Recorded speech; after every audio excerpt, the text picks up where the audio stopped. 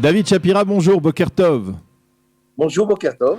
On a toujours plaisir à vous avoir au lendemain de fête parce qu'on veut prendre avec vous une sorte de recul un peu pour essayer d'analyser les événements. Alors on est au lendemain de Yom HaAtzmaut, de ces deux journées tout à fait particulières du calendrier de l'État d'Israël. Et je voudrais savoir qu'est-ce que vous a inspiré, vous ont inspiré ces deux journées qui ont été, il faut bien l'avouer, non pas seulement émouvantes, mais tout à fait particulières cette année à cause de l'épidémie.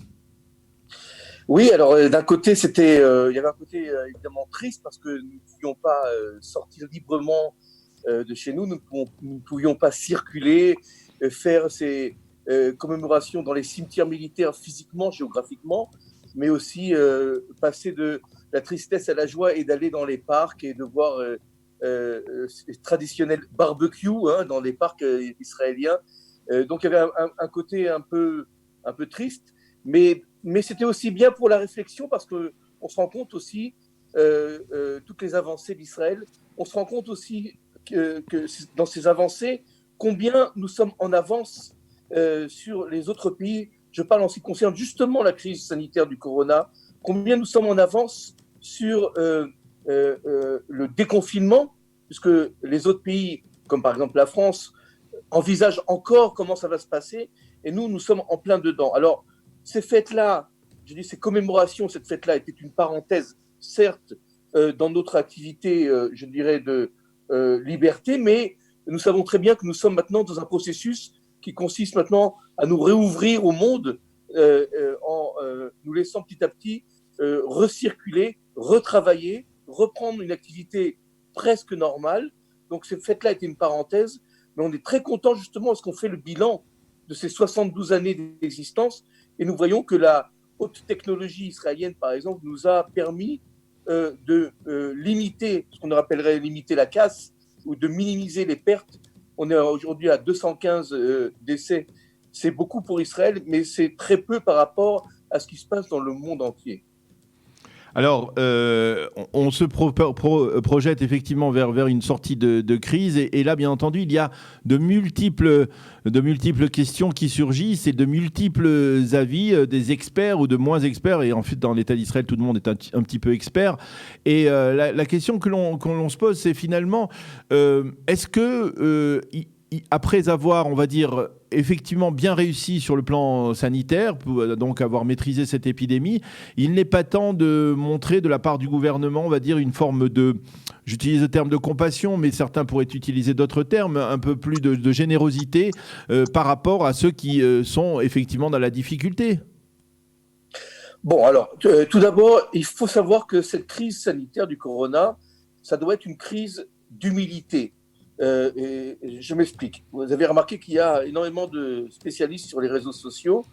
Tout le Oui. monde est devenu épidémiologiste, tout le monde est devenu virologue, tout le monde sait exactement infectiologue, tout le monde sait exactement ce qu'il faut faire.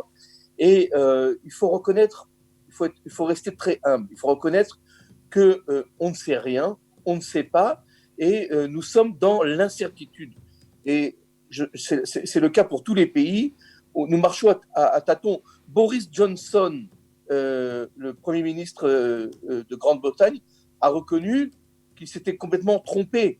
En Angleterre, on en est à 26 000 morts. C'est énorme. C'est le deuxième pays après l'Italie en Europe à constater autant de décès.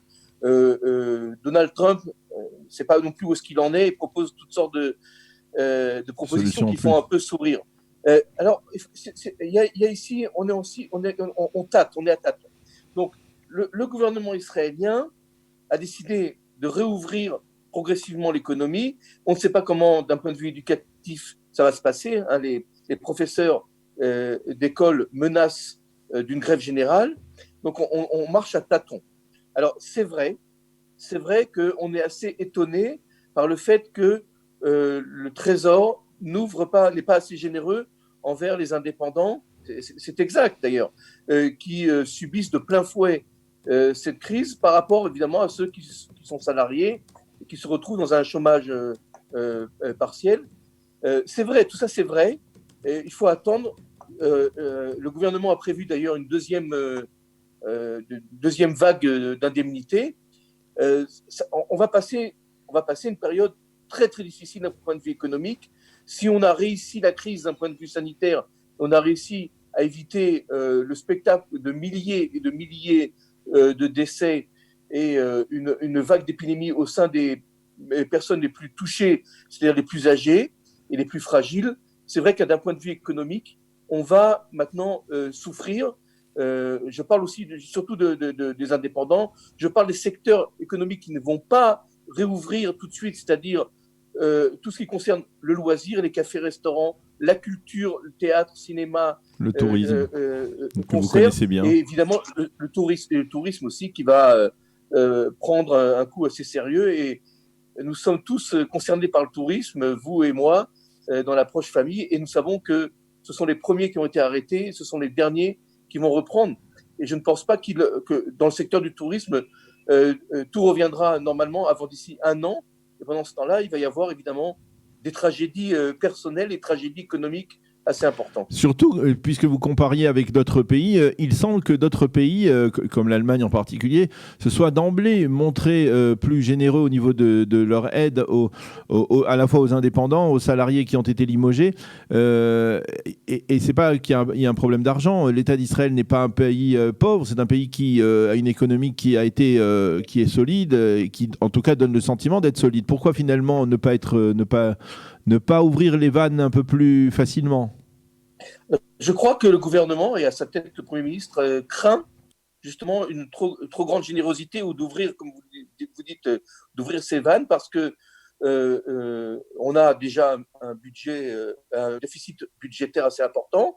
Donc, ça veut dire qu'il faut recréer ou imprimer, entre guillemets, de l'argent qui n'existe pas, créer encore une fois un déficit plus important. Ça peut amener aussi à une dévalorisation de la monnaie et de l'inflation, ce qu'on n'aimerait pas, on n'aimerait pas revivre ce qu'on a vécu dans les années 80.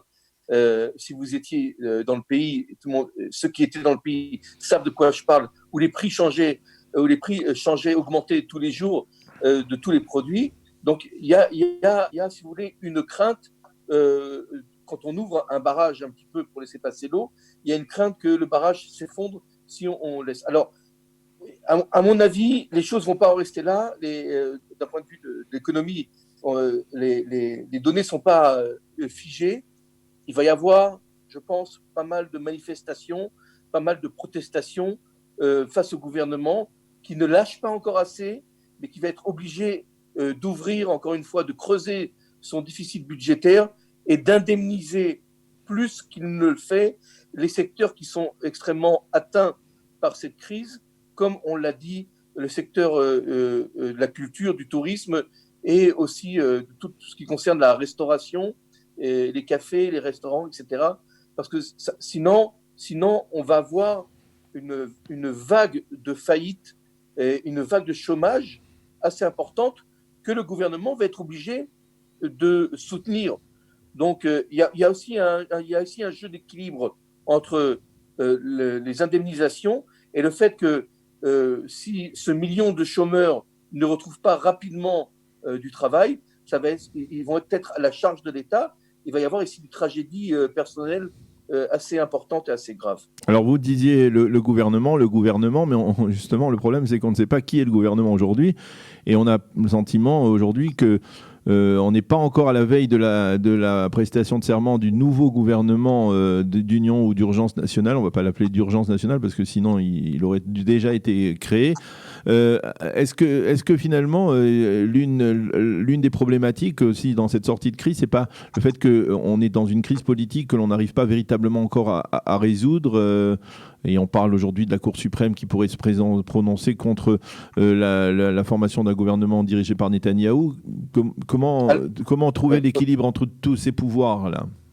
Écoutez, on reste sur une note optimiste parce qu'on vient de sortir, comme vous le dites, de la fête de l'indépendance avec beaucoup de fierté, une fierté très importante, et on va rester optimiste. Alors, nous savons que la Cour suprême, aujourd'hui et dimanche, ou jusqu'à lundi, doit donner son avis sur le fait est-ce qu'un Premier ministre qui a contre lui des charges judiciaires peut former une coalition.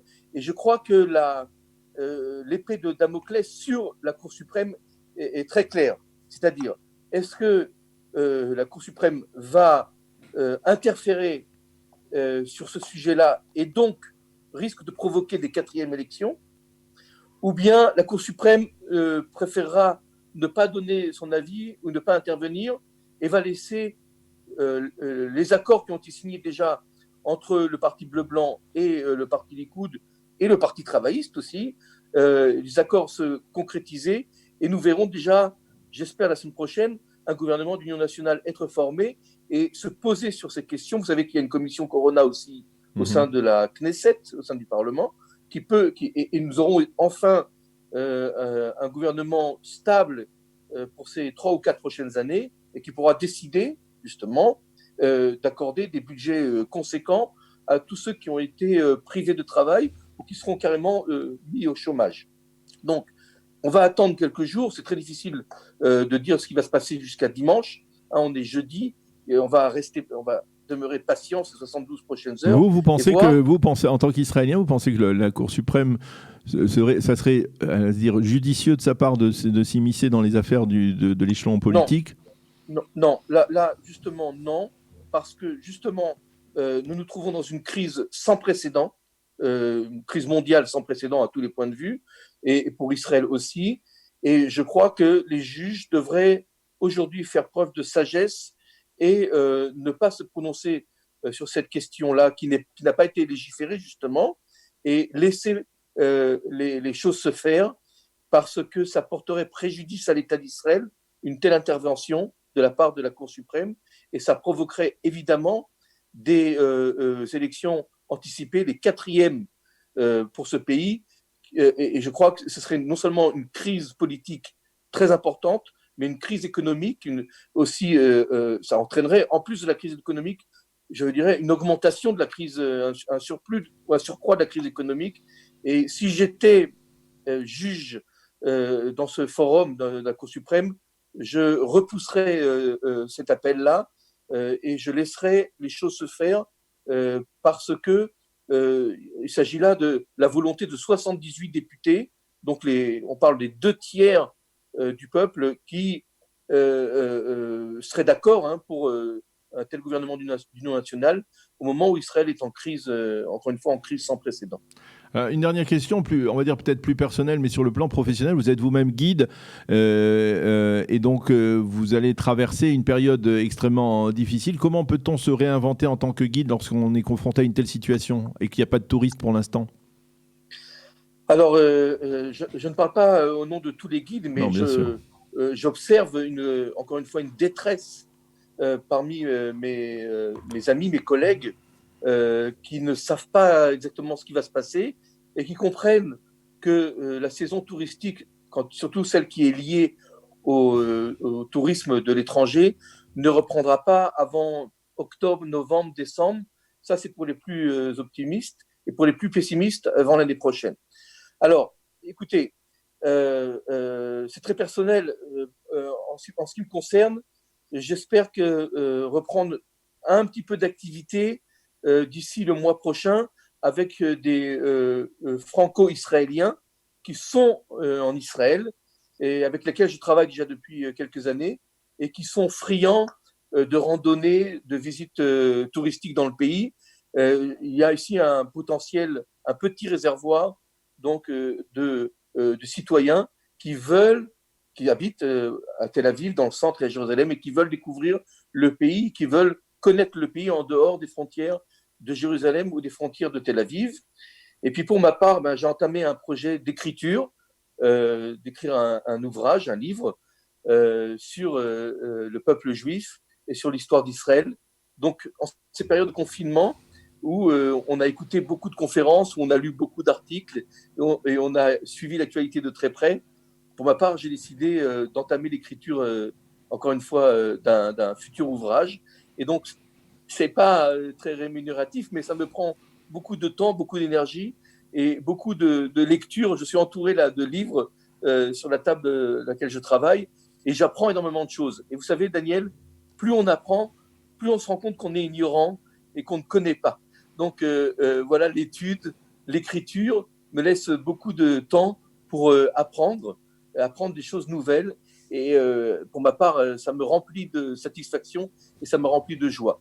Il faut espérer, être patient, espérer qu'en attendant de recevoir des indemnités et qu'en attendant de retravailler, eh bien, le temps passe vite et qu'il soit d'ailleurs, je dirais, rempli de substance et de contenance et de contenu. Eh bien, merci beaucoup, David Chapira. C'est le moment de rappeler que vous êtes déjà l'auteur de plusieurs ouvrages, dont une célèbre biographie du grand rabbin Jacob Kaplan, ancien grand rabbin de France. Merci beaucoup d'avoir été avec nous ce matin et de nous avoir livré vos réflexions de l'après Yom HaAtzmaut dans cette conjoncture du coronavirus. Merci d'avoir été avec nous. Bonne journée. À bientôt. Merci. Merci à vous, les auditeurs de Kalita. Merci, Daniel.